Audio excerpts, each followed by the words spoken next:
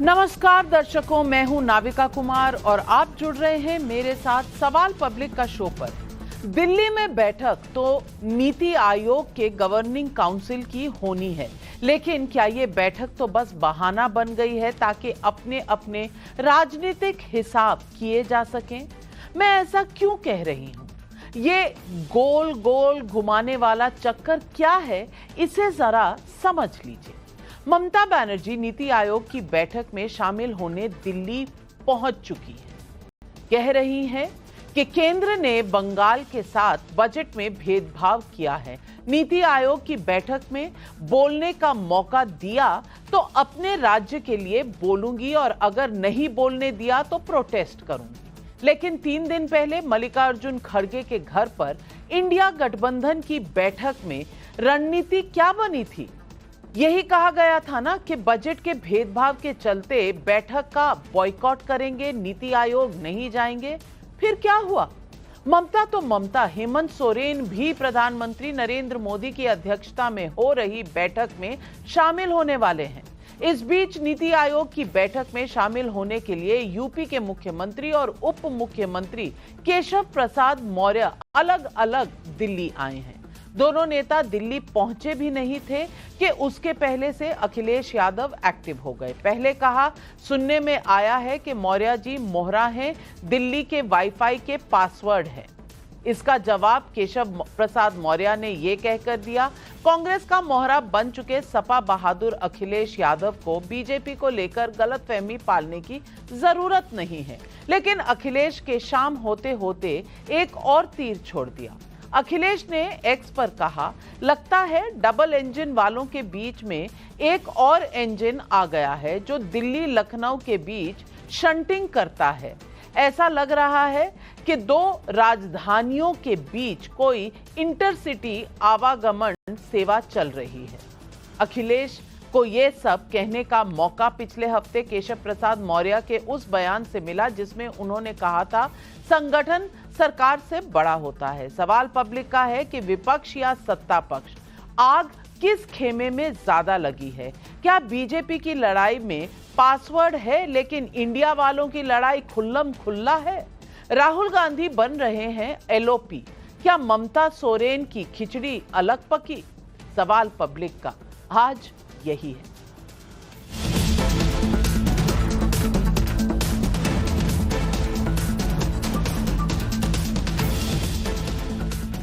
अखिलेश यादव आज अपने बयानों से ये नैरेटिव बनाते रहे कि योगी आदित्यनाथ के खिलाफ बीजेपी का केंद्रीय नेतृत्व केशव प्रसाद मौर्य को इस्तेमाल कर रहा है।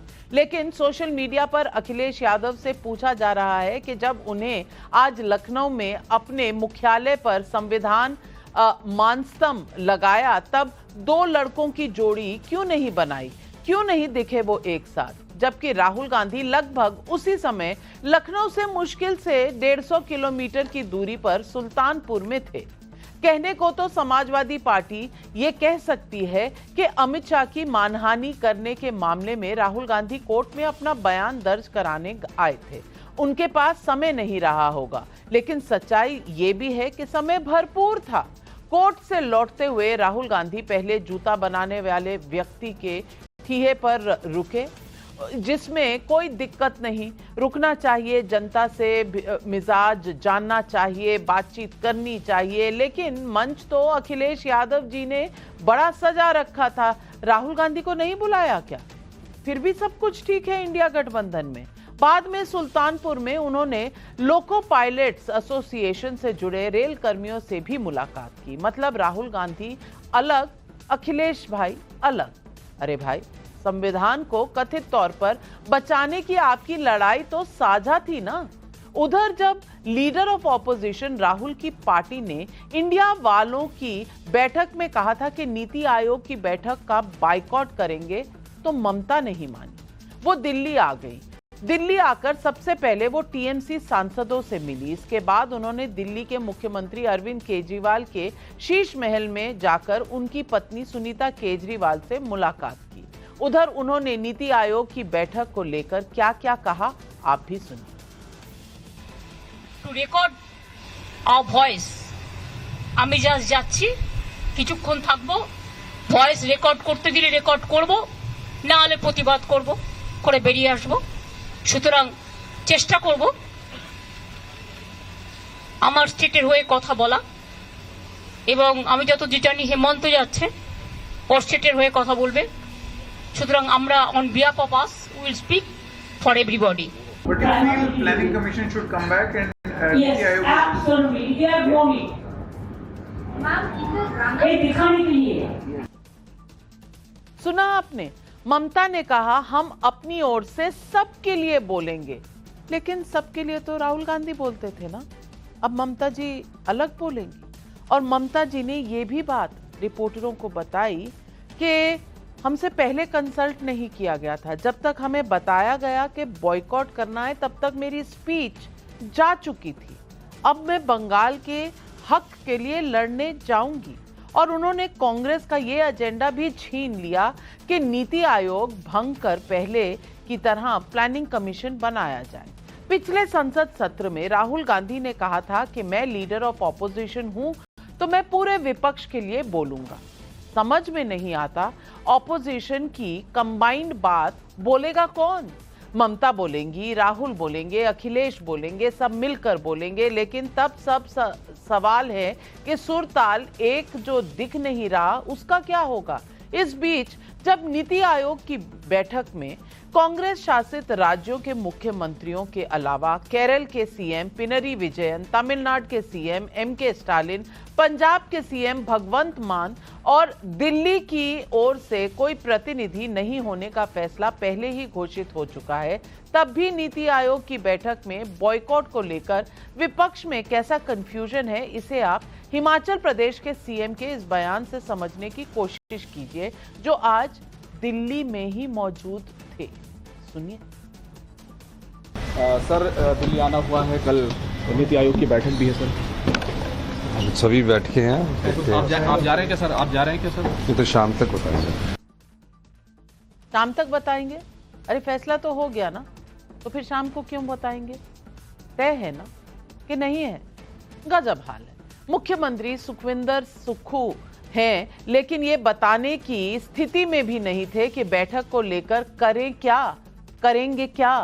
कांग्रेस में मुख्यमंत्री का सारा कंट्रोल हाईकमान के हाथ में होने का आरोप है, तो उधर यूपी को लेकर बीजेपी में घमासान होने की आशंका ने अखिलेश से लेकर रणदीप सुरजेवाला तक को कैसा उत्साह दिया है, सुनिए उनके बयान। कुछ लोग मोहरा बन गए हैं। वो मोहरा हैं, दिल्ली के वाईफाई के वो पासवर्ड हैं।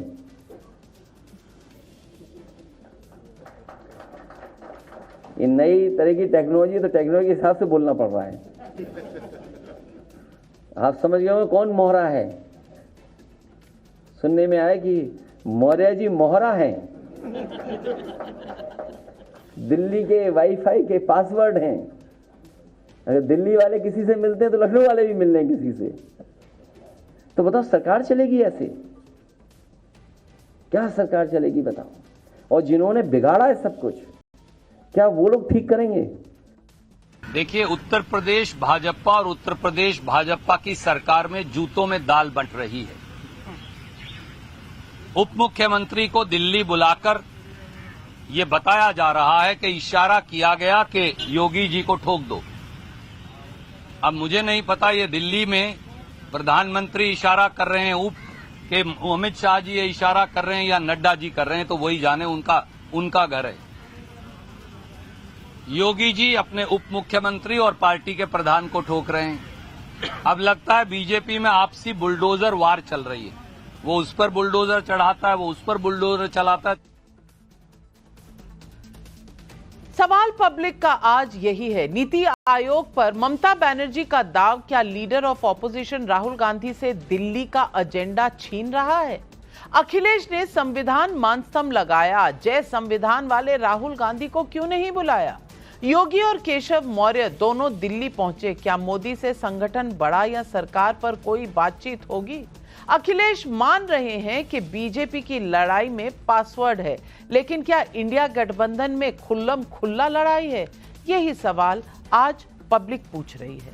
और इन सवालों के जवाब देने के लिए आज हमारे साथ जुड़ रहे हैं कमलाकर त्रिपाठी, कांग्रेस के नेता हैं, राजकुमार भाटी प्रवक्ता हैं समाजवादी पार्टी के, सबा नकवी वरिष्ठ पत्रकार हैं, हर्षवर्धन त्रिपाठी वरिष्ठ पत्रकार हैं। लेकिन मेरा पहला सवाल जाता है अजय आलोक जी को, जो बीजेपी के राष्ट्रीय प्रवक्ता हैं। और अजय आलोक जी, इंडिया गठबंधन में सुर है ना ताल है, कोई कहीं है कोई कहीं है। पहले राहुल गांधी कहते थे वो सबके बिहाफ पर बोलेंगे, आज ममता जी कह रही हैं वो सबके बिहाफ पर बोलेंगी।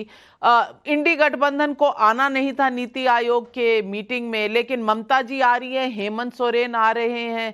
चल क्या रहा है, आपको कुछ समझ आ रहा है? देखिए नविका जी, आपने कहा न सुर है न ताल है, उससे भी ज्यादा है कि दिल बड़ा बेचैन है। ये बेचैनी बढ़ती जाएगी, जैसे जैसे दिन बीतेंगे बेचैनी बढ़ती जाएगी। अभी दिल्ली का चुनाव आने दीजिए, झारखंड का चुनाव आने दीजिए, देखिए कितनी जोर जोर से बेचैनी बढ़ती है। ये तो बड़ा स्वाभाविक है ना कि कांग्रेस, देखिए चुनाव के पहले ये मिले थे क्योंकि इनको अस्तित्व की चिंता थी कि अस्तित्व बचेगा कि नहीं। अब तो चुनाव खत्म हो गया है, अस्तित्व अगले 5 साल के लिए बचा हुआ है। चलिए 99 का चक्कर लग गया है, LOP भी बन गए, दूसरे 5-5, 4-4 करके आज 37 जीत गए। भ्रम फैला के संविधान खतरे में है तो आरक्षण खत्म हो जाएगा।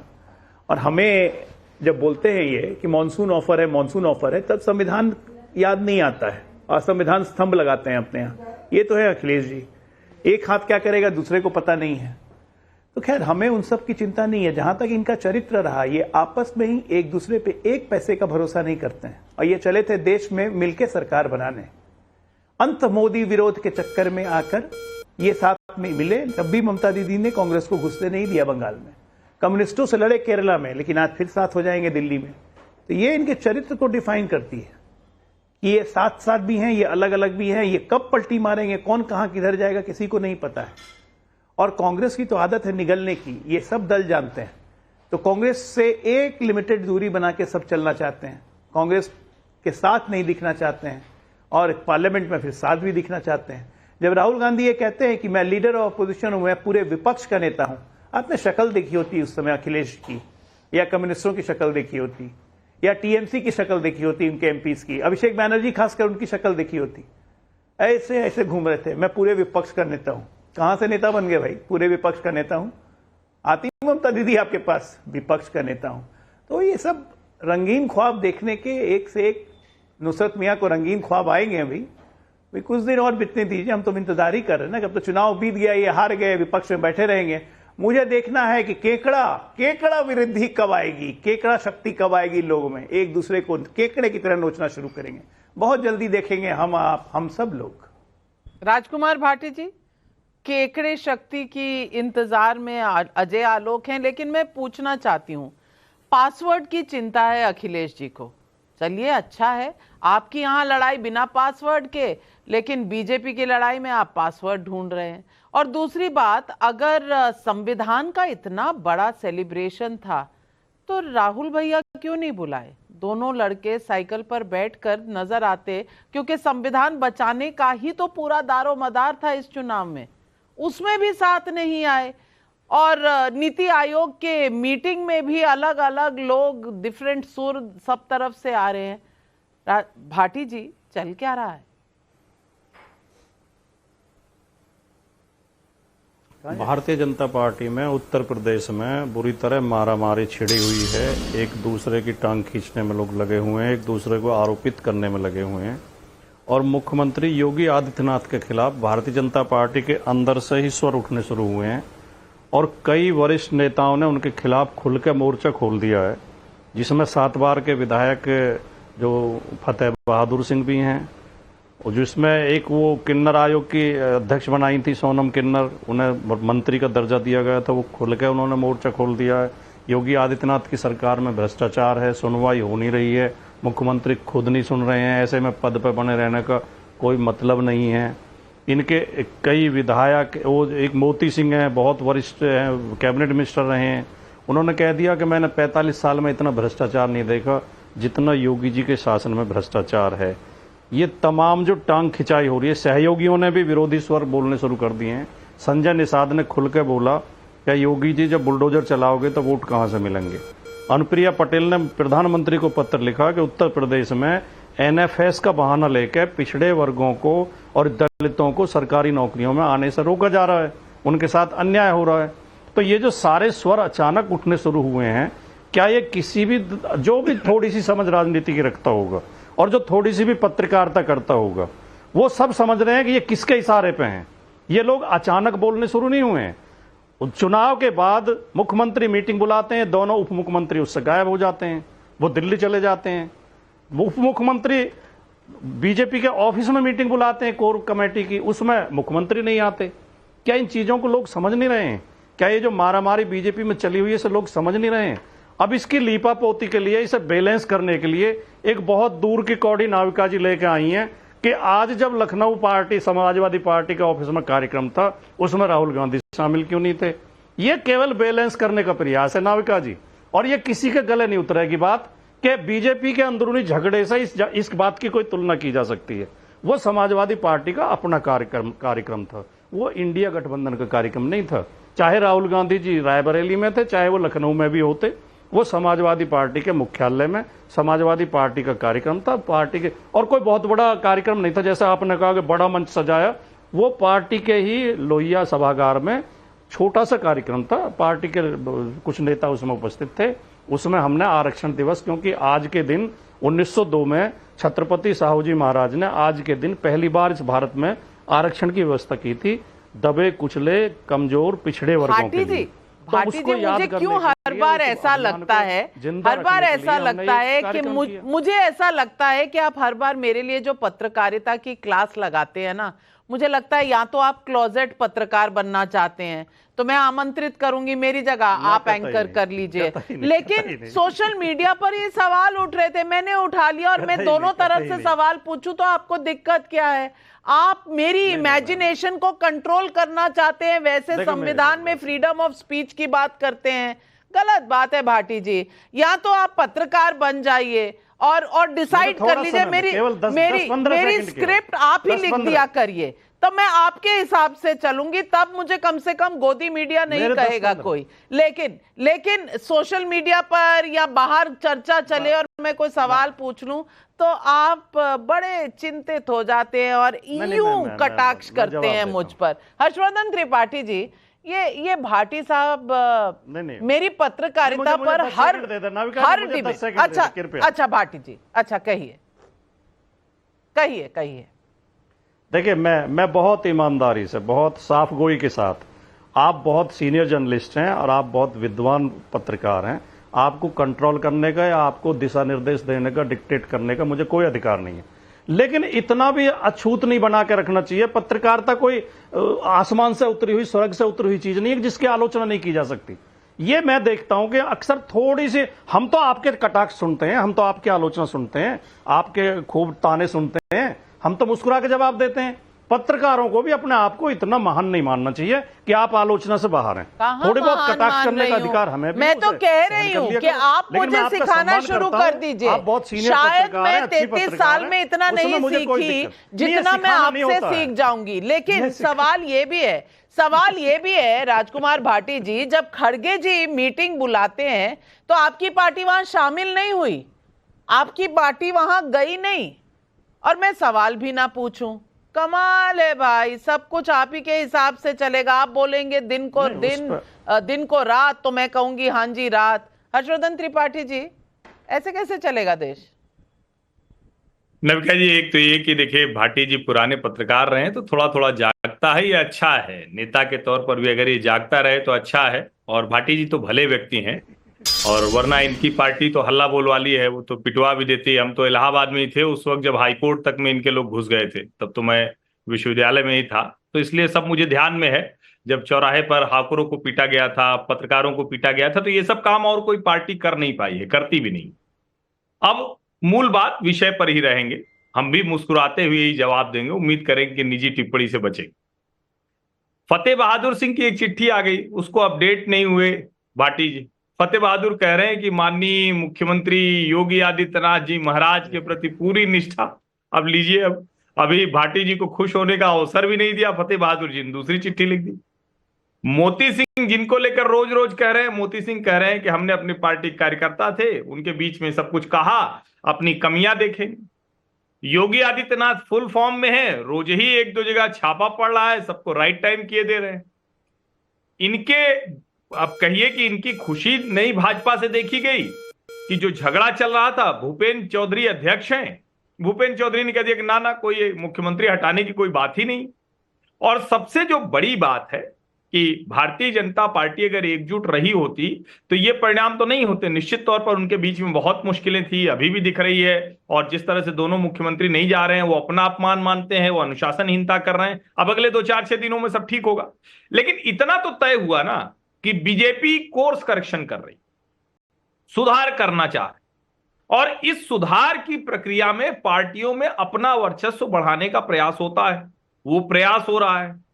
जो फीडबैक में आया कि भाई टिकट डिस्ट्रीब्यूशन, कार्यकर्ता उसकी प्रशासन नहीं सुनता है, आपस की जो भीतरघात है वो सामने आ रही, उस पे लोग बात कर रहे हैं।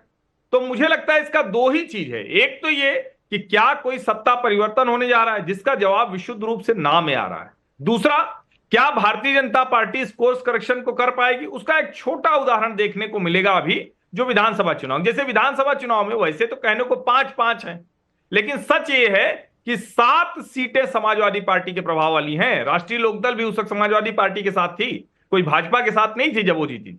तो 7 और 3 है।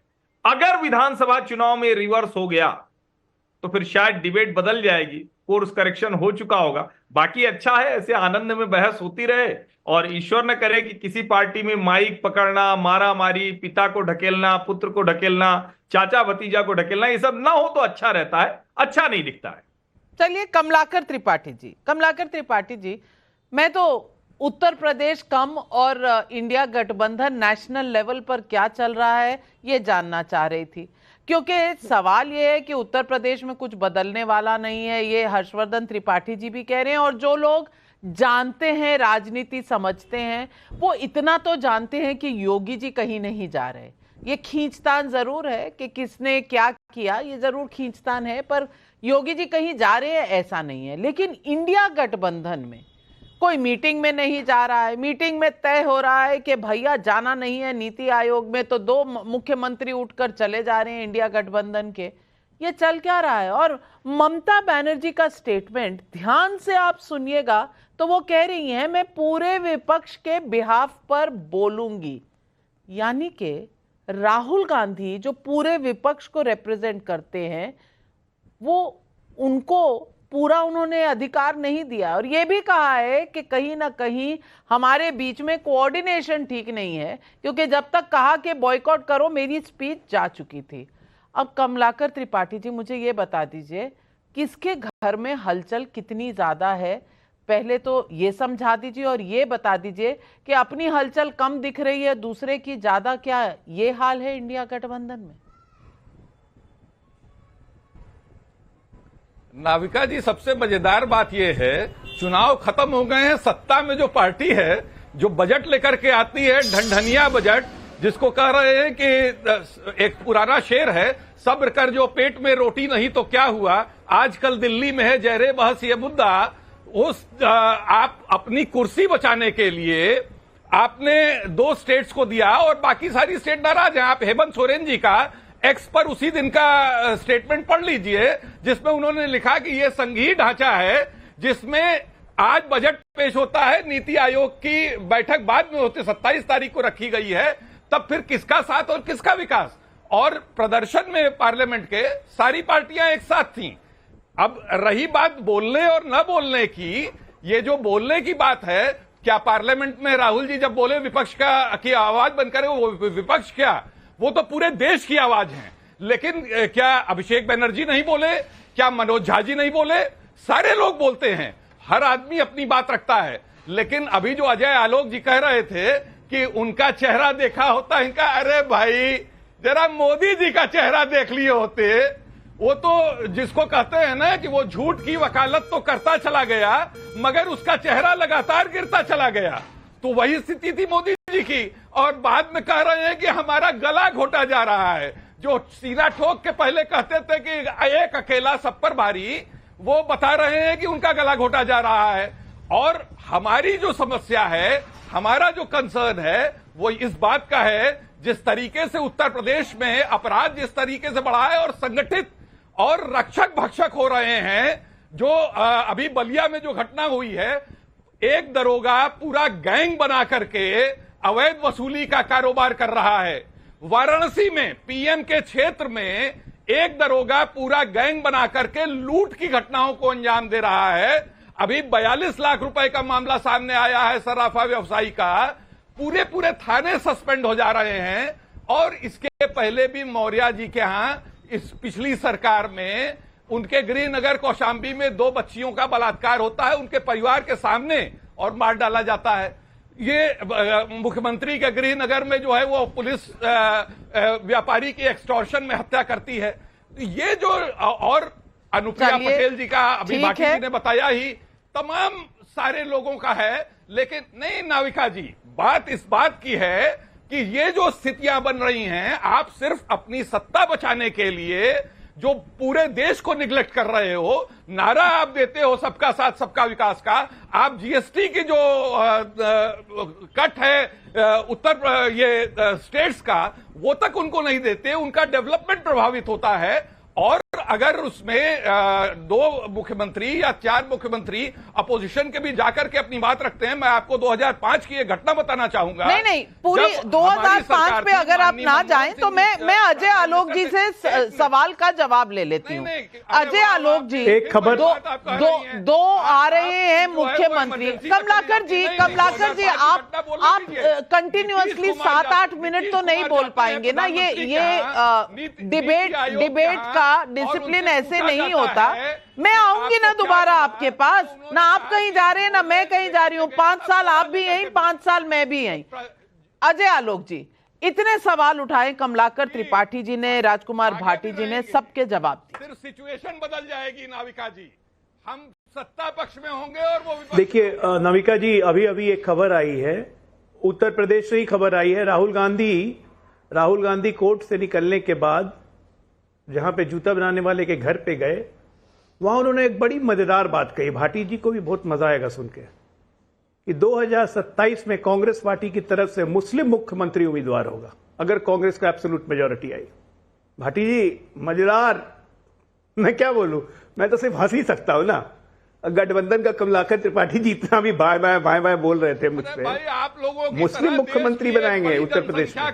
राहुल गांधी के हैं बोल नहीं चलते ना। अरे एक मिनट सुनिए यार भाई, सुनिए ना, अपने टाइम में बोलिएगा, अपने समय में बोलिएगा, अपने समय में बोलिएगा। कमलाकर जी अपने समय में प्लीज। ममता बनर्जी ने कहा, जी बोले। ममता बनर्जी ने कहा कि मैं पूरे विपक्ष की ओर से बात करूंगी। हाउस के बाहर ममता बनर्जी कहती है मैं पूरे विपक्ष की तरफ से नीति आयोग में बोलूंगी। बहुत अच्छी बात है। हाउस के अंदर लोकसभा में राहुल गांधी कहते हैं मैं लीडर ऑफ अपोजिशन हूं, मैं पूरे विपक्ष का नेता हूं, मैं कांग्रेस पार्टी का सिर्फ नेता नहीं हूं। मुंह उसी वक्त बन जाते हैं, नहीं कोई आवाज नहीं। भारतीय जनता पार्टी पे भाटी जी ने इतने सवाल उठाए, कोई मंत्री का नाम बताया, कभी किसी का नाम बताया, कोई विधायक का नाम बताया। अरे आज की का प्रेस कॉन्फ्रेंस हमारे भूपेंद्र चौधरी का आप सुन लेते हमारे प्रदेश अध्यक्ष का, तो आपको क्लियर हो जाता। यूपी में जो सीएम बदलने की अफवाहें फैलाई जा रही है बिल्कुल सच नहीं है, ये सब कुछ नहीं होने वाला है। और एक बात जान जाइए, भारतीय जनता पार्टी सिद्धांतों की पार्टी है, कार्यकर्ताओं की पार्टी है और एक स्ट्रक्चर्ड पार्टी है जिसमें एक कोई हेड नहीं है, पूरी स्ट्रक्चर्ड टीम है। और एक बार जब टीम निर्णय ले लेती है ना, तो सारा कार्यकर्ता उस टीम के निर्णय के साथ ही चलता है। कोई इधर से उधर दाएं बाएं नहीं होता है। ना यहाँ चचा है, ना भतीजा है, ना यहाँ पिता है कि गर्दनियां देके ठेल दिए और किसी को धक्का देके भगा दिए फिर बाद में बुला लिए। ऐसा नहीं होता भारतीय जनता पार्टी में। और भारतीय जनता पार्टी के सिद्धांतों के साथ जो रहेगा वही पार्टी में रहता है, वही आगे बढ़ता है। और हर कार्यकर्ता बहुत संगठित है। केशव मौर्य का भी आज जवाब सुन लेते हैं, कितना अच्छा से जवाब दिया है। बिल्कुल जवाब सही दिया है। लेकिन भाटी जी, मुस्लिम मुख्यमंत्री का कैंडिडेट अगर कांग्रेस का होगा तो आपका क्या होगा? यानी कि अलायंस रहेगी कि नहीं रहेगी, पहले ये बता दें। सभा जी मैं बस आपके पास आ रही हूं।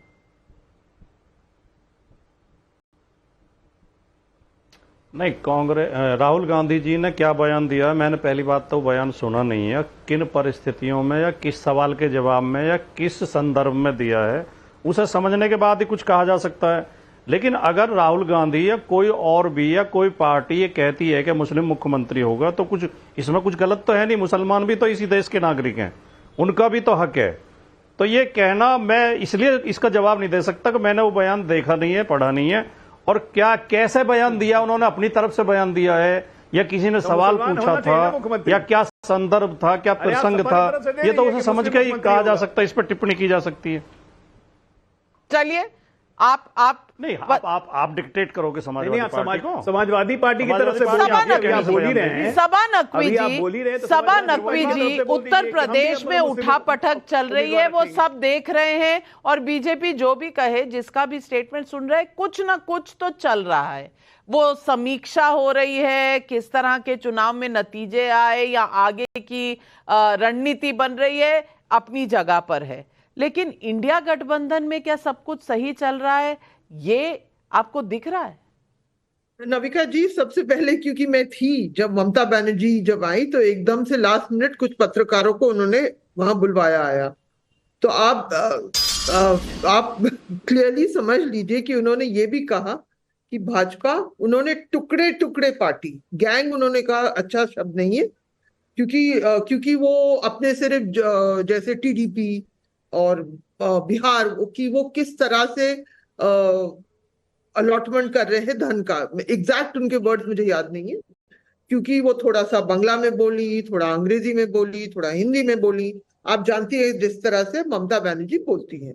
उन्होंने बहुत क्लियरली टारगेटेड अटैक किया है भाजपा पे और नीति आयोग पे भी, और वो अपनी आवाज सुनाने आई है दिल्ली, और इसमें कोई शक नहीं है। आप बिल्कुल सही मानती है कि वो अपने आप को एक आजाद पार्टी मानती है, ये नहीं क्योंकि उनके यहाँ तो कांग्रेस से टकराव है, वहां तो अलायंस बना नहीं, लेकिन फिर भी आप जो भी पार्टी की आप बात कर रही हैं इस डिबेट में, वो पार्टी है जिन्होंने बेहतर किया है और बीजेपी को नुकसान पहुंचाया है। ममता बनर्जी ने भी इतनी बात चली कि वाह ममता तो इस बार खत्म होने वाली है, लेकिन मैंने एक सवाल पूछा, क्या उनकी डिलिबरेट स्ट्रैटेजी थी कि कांग्रेस लेफ्ट एक तरफ हो और बीजेपी एक तरफ हो?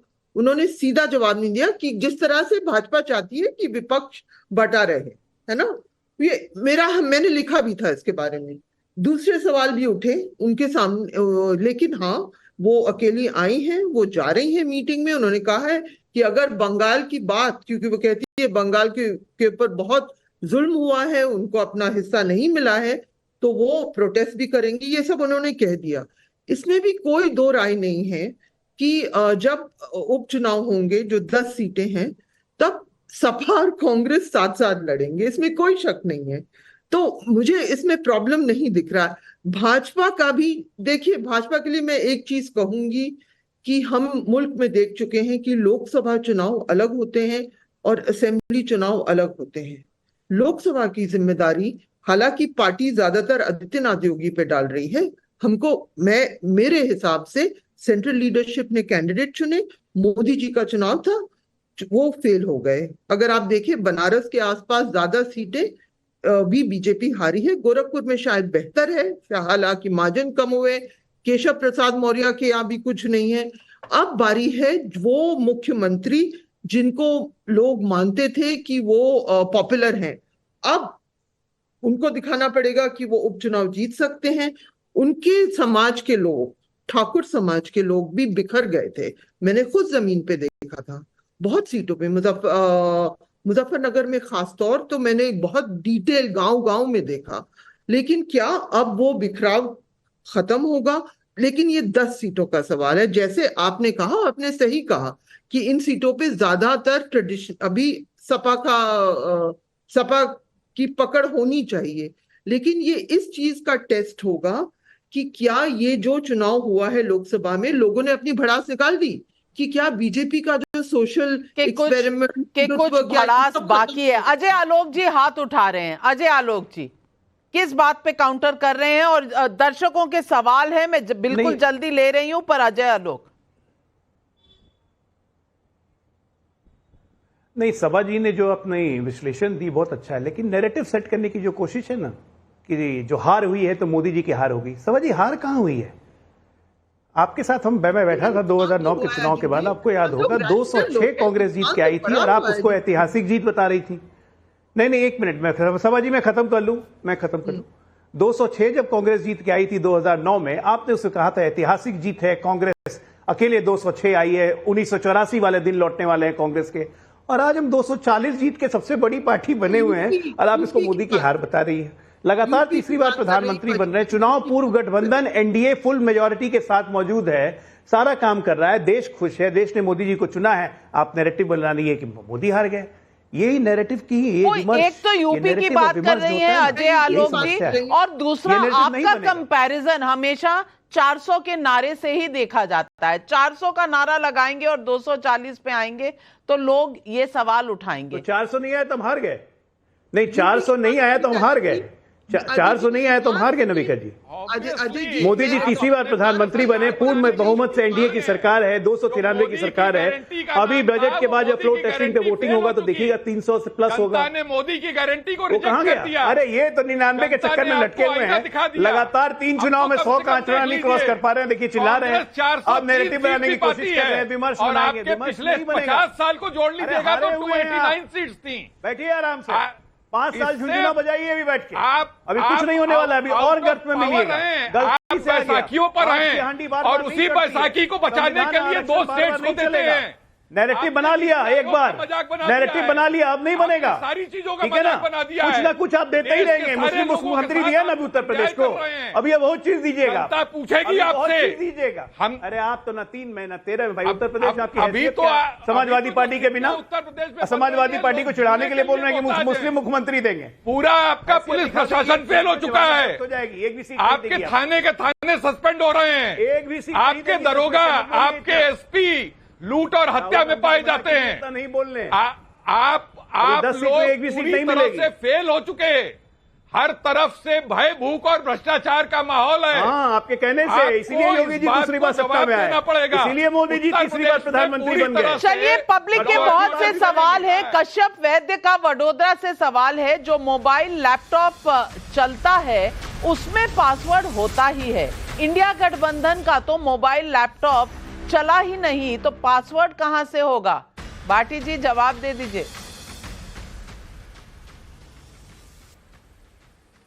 नहीं, ये बात अभी थोड़ी देर पहले अजय आलोक जी ने भी कही और ये जो सवाल पूछ रहे हैं वडोदरा से वो भी यही बात कह रहे हैं। इंडिया गठबंधन का क्यों नहीं चला? इंडिया गठबंधन ने बहुत शानदार प्रदर्शन किया, अच्छा वोट हासिल किया। भारतीय जनता पार्टी की 63 सीटें कम हुई हैं पूरे देश में। मोदी जी की जीत का अंतर 1 तिहाई रह गया है। लेकिन भारतीय जनता निकले पार्टी तो आप सरकार बनाने थे, सरकार तो नहीं बनी ना, बैठे तो विपक्ष में ही है। हर्षवर्धन त्रिपाठी, ये बात बोलने से कतरा क्यों जाते हैं इंडिया गठबंधन की पार्टियां? देखिए, मुझे लगता है नविका जी, राजनीतिक तौर पर वो कोशिश की है जिसके लिए इस गठजोड़ का, और मैं इंडिया तो नहीं कह सकता हूं, किसी भी विपक्षी गठजोड़ को देश का नाम देना, वो कल टूटेगा, पिटेगा, एक दूसरे को गाली देगा, तो ये मतलब मैं ये अपराध नहीं कर सकता हूं। ये पाप है जो अगर किसी गठजोड़ को, कोई राजनीतिक दल को कोई देश का नाम दे तो। लेकिन मूल बात समझिए, बड़ी ताकत लगाई आप जिस तरीके भारतीय राजनीति में इस तरह का प्रयास करके, जो पूरे इस तरह का प्रयास करके, जो हर तरह के नीति का भी एक एक्रोनिम है और नीति आयोग को मजाक बना करके रख दिया है। तो अगर आप कमलाकर जी, हर्षवर्धन त्रिपाठी जी बोल रहे हैं ना, वो बोलने, फिर मैं आपको समय देती हूँ। त्रिपाठी जी बोल रहे हैं तो जो बोल रहे हैं उसी पे बोल रहा हूं। जो बहुत मेहनत करके, और कई बार होता है कि आप लगातार बहुत करते जाएं, बहुत मेहनत करके, सारी कोशिशें करके भी आप सफल न हो पाए तो फिर मुश्किल होती है। तो आपको लगता है कि नहीं, जिसको सफलता मिली वो तो हम स्वीकार नहीं करेंगे। स्वीकार तो 2014 से नहीं कर रहे थे, लेकिन लोकतंत्र में यही तरीका होता है, आपको सम्मान के साथ स्वीकार करना चाहिए। नीति आयोग की बैठक में सारे मुख्यमंत्रियों को जाना चाहिए, जाके अपना हिस्सा मांगना चाहिए और उस हिस्से के आधार पर अपने राज्य का विकास करना चाहिए। लेकिन जब आप बजट के पहले होनी चाहिए, राजनीति का अखाड़ा बना देंगे। अब देखिए, कमलाकर जी के पास तो कुछ और है नहीं, तो आवश्यकताएं देखी जाती हैं लेकिन जिसको राज्य की सरकार चलाने के लिए जनता ने आदेश दिया, अगर वो भी इनकी तरह व्यवहार करने लगे तो ये दुर्भाग्यपूर्ण है। तो ये निश्चित तौर पर कमलाकर त्रिपाठी जी, मेरा आपसे सीधा सवाल है, अगर आपके राज्यों को नहीं मिला है अपना हक, तो हक मांगने जाने से आप डरते क्यों हैं? आपकी पार्टी का यही रहा है कि हम बाहर स्ट्राइक करेंगे, अंदर बोलेंगे नहीं, जहां हक माना जाना चाहिए। हम पार्लियामेंट में बहुत शोर मचाएंगे, लेकिन सवाल पूछेंगे, पार्लियामेंट रोकेंगे, लेकिन सवाल पर जब जवाब दे रहा है कोई, तो हम वॉकआउट कर जाएंगे। ये राजनीति अब जनता नहीं देखना चाहती। जनता कह रही है कि आप सवाल तो सही उठा रहे हैं, लेकिन सुन लीजिए और उसके बाद कंस्ट्रक्टिव क्रिटिसिज्म भी कीजिए। ये आप क्यों नहीं करते? सवाल गलत है। जब ऐसे भागते हैं मुझे तो लगता है कि सवाल गलत मुझे उठा बोल रहे हैं। लेने दीजिए। इसलिए फंस के भागते हैं। आयोग पहले बजट के पहले मीटिंग करता था, राज्यों की आवश्यकताएं लेता था और उसको फिर बजट में समाहित किया जाता था। पिछले साल भी नीति आयोग की मीटिंग में आपके 8 मुख्यमंत्री विपक्ष के नहीं आए थे, तो आप आना चाहते नहीं है, डिस्कस कुछ करना नहीं चाहते, हो हल्ला करना चाहते हैं, इससे देश थोड़ी आगे बढ़ेगा। अतुल कुमार सोनी का बिलासपुर छत्तीसगढ़ से सवाल है, यूपी में बीजेपी अपनी हार का कम से कम गंभीरता से मंथन तो कर रही है। कांग्रेस मध्य प्रदेश, गुजरात, दिल्ली, ओडिशा में फेल हुई, अपनी शर्मनाक हार का मंथन क्यों नहीं करती? सुन लीजिए, पब्लिक पूछ रही है कमलाकर त्रिपाठी जी। शंकर लाल राठौर का देवस मध्य प्रदेश से सवाल है, आज यूपी में बीजेपी की अनबन दिख रही है, लेकिन चाचा भतीजा की अनबन और पिता से भरी सभा में माइक छीनना क्या था? पीयूष आहाया का राजकोट से सवाल है, ये इंडिया गठबंधन वालों को अपने घर में लगी आग से क्या कोई मतलब नहीं है? क्यों एनडीए के घर में हुए झगड़े पर आनंद ले रहे हैं? भाटी जी जवाब दीजिए, पहले अपना घर देख लीजिए। और कह रहे हैं लोग कि बीजेपी तो मंथन तो कम से कम कर रही है, क्या कांग्रेस पार्टी, समाजवादी पार्टी में कोई मंथन चल रहा है? नहीं, मंथन इतना कर रही है भारतीय जनता पार्टी के 52 दिन हो गए हैं रिजल्ट को आए। 52 दिन से वो एक सिर ढूंढ रहे हैं जिसके ऊपर हार का ठीकरा फोड़ सकें। उन्हें ऐसा सिर नहीं मिल रहा जिसके ऊपर हार का ठीकरा फोड़ सकें। कि दिल्ली योगी आदित्यनाथ के सिर पर ठीकरा फोड़ना चाहती है, योगी आदित्यनाथ अमित शाह के सिर पर ठीकरा फोड़ना चाहते हैं, अमित शाह आरएसएस के ऊपर ठीकरा फोड़ना चाहते हैं। भारतीय जनता पार्टी के अंदर से, जैसे शुरू में मैंने कहा था, अलग अलग स्वर आ रहे हैं। कोई कह रहा है कि आरएसएस के लोगों ने टिकट बेच दिए, कोई कह रहा है कि दूसरी पार्टियों से आए हुए लोगों को टिकट दिए गए, बीजेपी के समर्पित कार्यकर्ताओं को कोई पूछ नहीं हुई, कोई कह रहा मुख्यमंत्री की सलाह नहीं ली गई। तो ये मंथन भारतीय जनता पार्टी में चल रहा है। आलोक जवाब दे। राजनीति के लिए आप उचित समझती हैं तो ठीक है। बड़ी भारतीय जनता पार्टी की चिंता है भाटी जी। अरे क्यों दुबले हो रहे हैं भारतीय जनता पार्टी की चिंता करने में? एक बार तो 10 साल के बाद आपका फांका टूटा है, 37 सीटें मिल गई, तब भी अपने बेस्ट परफॉर्मेंस को छू नहीं पाए। क्यों मिली है ये आप भी जानते हैं बहुत अच्छी तरह से। आप खुद ही बताइए, नकाट की हंडी अब दोबारा नींद आ जाती है रात को? आरक्षण के लिए दोबारा जाएंगे? आरक्षण नहीं, आरक्षण खत्म हो जाएगा। हाँ, संविधान फिर बचाने जाएंगे, संविधान बचाने जाएंगे और मानसून की सरकार बनवाएंगे, तो आपका तो चेहरा और चरित्र धीरे धीरे सब सामने आ जाएगा। देखिए, लोग पछता रहे हैं, ठीक है ना, जो आपको इतनी सीटें दे दी, लोग पछता रहे हैं उत्तर प्रदेश में भी कि क्यों इतनी सीटें दे दी। लोगों को पता चल रहा है, हम बताएंगे ना। मैंने कहा ना, फोन कर रहे हो जो पछता रहे हैं। एक बार आपका विमर्श चल गया, नैरेटिव का खेल है, अब ना चलेगा, अब ना चलेगा, अब ना चलेगा। आप कितना भी बनाते रहिए, हमने बहुत शानदार प्रदर्शन किया। अरे क्या शानदार प्रदर्शन किया! 99 पे कांग्रेस रुक गई, 37 पे आप रुक गए। आपको स्ट्रैटेजी समझ ही में नहीं आ रही है। ममता बनर्जी बोलती है इंडिया मैं हूं, जाके अरविंद केजरीवाल के यहां स्ट्रैटेजी बनाती हैं, अखिलेश को पहले बुला लेती हैं। कितने नंबर हो गए? 37, 29, 3, हेमंत सोरेन 3, 3, 6, 72 तो वो भी निकल जा रहे हैं। और कौन कहां जाएगा कहां नहीं जाएगा, या आप मुझसे बेहतर जानते हो इन दलों को। मुझे क्या बोलने की जरूरत है? हमें जो एडवाइस कर रहे हैं तो आप तो हमारे यहां देख चुके हैं। दल से ऊपर देश होता है, देश के बाद हम दल को मानते हैं। जो दल से बाहर जाता है, दल की लाइन से जाता है बाहर, वो भारतीय जनता पार्टी का नहीं हो सकता है। तो कोई ना दल से बाहर जा रहा है, ना देश के ऊपर मान रहा है। बीजेपी यही है, और सब कोई संगठन के हिसाब से लेकिन सुरताल की तो चिंता है ना सबको। राग अगर बनना है तो सुर और ताल दोनों की चिंता करनी पड़ेगी ना अजय आलोक जी। इस सवाल से तो आप भी भाग नहीं सकते, छुप नहीं सकते। जेटीआर नायर का कोच्चि से सवाल है और कोच्चि में भी नव भारत को देखा जा रहा है। आज अखिलेश यूपी में भ्रष्टाचार का आरोप लगा रहे हैं, लेकिन अखिलेश के समय यूपी के अंदर साइकिल ट्रैक बनाने में कितना खर्च हुआ था, आज उस ट्रैक की क्या स्थिति है, ये पूछ रहे हैं। पीयूष करंबलेकर का बिलासपुर से सवाल है, चुनाव हो गए पर इंडिया अलायंस का कोई संयोजक नहीं बन पाया। क्या यही वजह है कि हर बार जब इस अलायंस की नंबर की स्ट्रेंथ दिखाने की बारी आती है तो एक दो दल खुद को अलग या किनारे कर लेते हैं? अतुल खमार का अहमदाबाद से सवाल है, अगर इंडिया गठबंधन एक ही है तो इनके अलग अलग प्रवक्ता डिबेट में क्यों आते हैं? समाजवादी पार्टी का अलग, कांग्रेस का अलग, तृणमूल का अलग। अरे भाई साहब, इसका जवाब तो मैं दे देती हूँ क्योंकि मैं आमंत्रित करती हूँ और वो अपना आशीर्वाद और अपने व्यूज शेयर करने आपके साथ आते हैं, तो कम से कम ये सवाल तो आप उनसे मत पूछिए, मुझसे पूछिए, क्योंकि आमंत्रित मैं करती हूँ। लेकिन सबा नकवी जी, यूपी में चल रहा है मंथन, आपको भी पता है बीजेपी आसानी से हार स्वीकार करती नहीं, हारना चाहती नहीं, जद्दोजहद पूरी करती है। और अगर इस तरह का जैसे इस बार नतीजा आया है तो वो रूट ऑफ द प्रॉब्लम तक जाने वाली पार्टी है। अब वो तो ये कर रही है।